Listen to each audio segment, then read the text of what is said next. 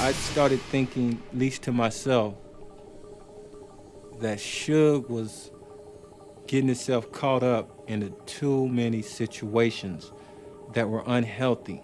He had created an image that was working for him, and sometimes the image merged with reality, and I'm not sure that as time went on that Suge didn't draw the line between when there was the image and when there was the reality. Suge wasn't a gangster. Suge came from a family. His mother and father are still together. He was a college football player. I feel I got a whole lot of street credibility and street smarts. And at the same time, I graduated from college. You know, I hit the books, and I put both of them together. The problem with individuals who come from the street who are not truly entrenched in that world, they don't understand the rules, and they think that money puts them in a situation where they can control the rules and change the rules. He ran that company like it was his gang. That's his family. He might not love us, but he made us think he did. A lot of what followed, in part, had to do with trying to establish Death Row as a label with the most street credibility, and we're really doing gangster rap, and we're keeping it real, and we're keeping it legitimate. And so when you guys get out the joint, you can come get a job with me, that sort of thing. I ain't never had a job before in my life until I started working for Suge. You know, in and out of jail, you know what I'm saying? Did a little bit of everything, you know what I'm saying? Now I'm, you know what I'm saying? Yeah, a lot of them cats that was up there was fresh out of the penitentiary with that penitentiary mentality. It was like working at a prison with no guns, no knives, no nothing. You just had to be in there on your own and handle it. How many companies do you know can have some Crips and Bloods up there? Crips and Bloods. I don't think that was a good idea. When Suge started to participate in the gang activity, I was very adamant with him about that, and I told him that would be his demise. At first, I was totally with Death Row's concept, because it was about time we had a brother out there, man, that wasn't taking no shit from these companies, that wasn't paying brothers their money. So I was totally with it. It was when the nonsense got too out of hand. We had a system of that kind of thing, sort of like a demerit system for artists and so on, and for some of the office workers. Say something wrong, you get smacked. If you come late, you get smacked. If you do this, you get smacked. That sounds to me, it was like pimps and hoes. I just knew how, after a while, Suge was unapproachable. You couldn't really talk to him no more. You know, I just knew it. You was no more talking to this guy, man. This guy is the fucking man.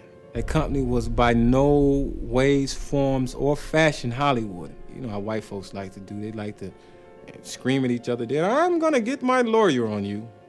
But the new brothers wasn't doing it like that.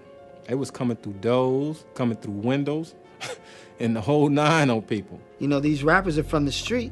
They're not used to nothing else. So you have to deal with them in the street mentality. I heard somebody once describe them as all thinking they were in a Godfather movie. Suge was famous for applying the old mafia tactics. And you instill fear in everybody. When a guy just walks in, he wants to, he has no idea we're in the middle of a meeting. He wants a record deal. He walks in and he says he know how to rap.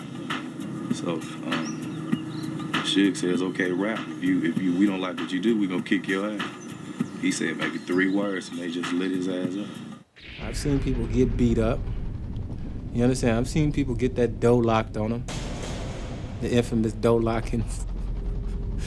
Well, they take you in a room and touch you up and down.